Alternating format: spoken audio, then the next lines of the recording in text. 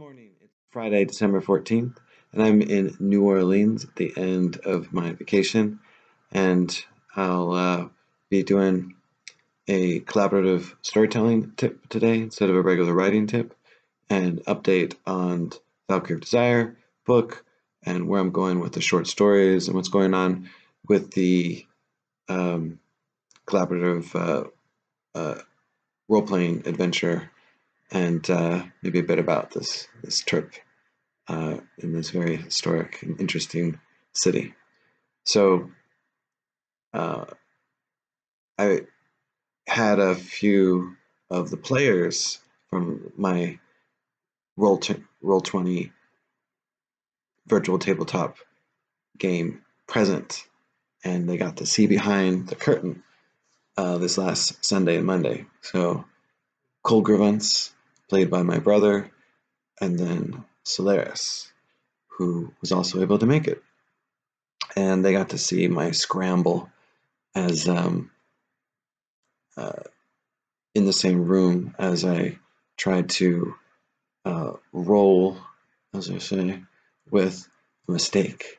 I'm not going to say exactly what the mistake was to ruin the immersion, but I made do, and I made it, I think, even more interesting and fascinating. It's like a beauty mark on a perfect face. It makes it even more beautiful. Or flaws in certain jewelry can enhance its beauty and make it more, yeah, like I've never been a fan of the perfectly cut diamond or something like that. I like a little more, I like it when things don't go according to plan after the fact, or as the game master, it can be a hair pulling. Like, what am I gonna do? It's like, okay, give me a minute, distract them. So I had the other players in the room keep the people who were not physically present busy while I scrambled to adjust it, which was fine.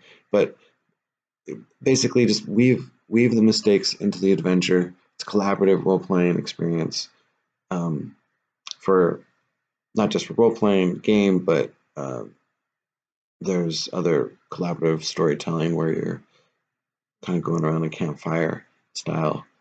It's better to allow players to ruin best laid plans than to ruin players' best night had, maybe. I didn't want to stop and reverse time or any of that kind of thing. Yeah. So Valkyrie of Desire chapter 21 will be up today.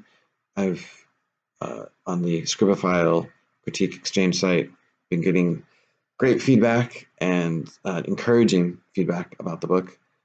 It's really like when I'm down, I'm just not feeling like writing.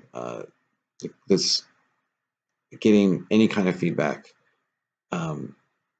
is a muse. It encourages, and getting positive feedback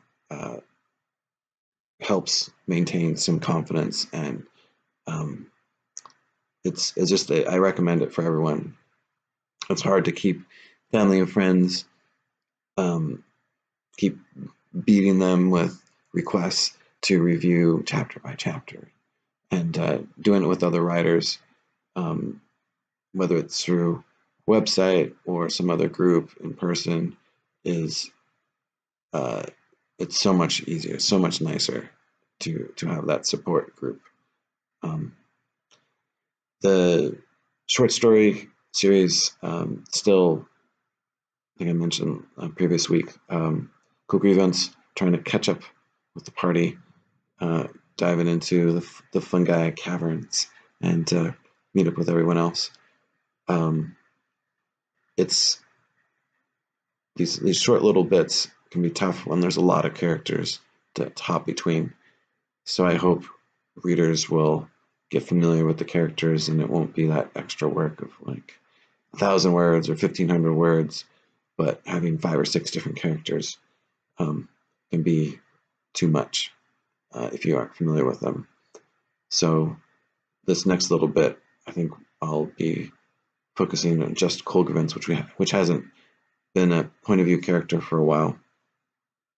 And so if new readers come in, they can have just him as a focus, and I think that's a decent strategy in this ongoing series of short fiction, is to every once in a while narrow down to just one character or a couple characters, because I'm throwing these up on my site with some cool art usually, and as a way to keep hooking people into this setting, this fiction.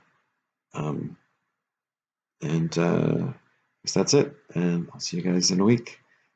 And hopefully, certainly New Orleans is going to inspire some things for Valkyrie Desire, for the poetry that I put at the beginning of each chapter, and for the short story bits. And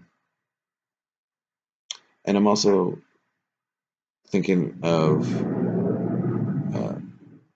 Portland compared to New Orleans as artistic havens. So I'll have some thoughts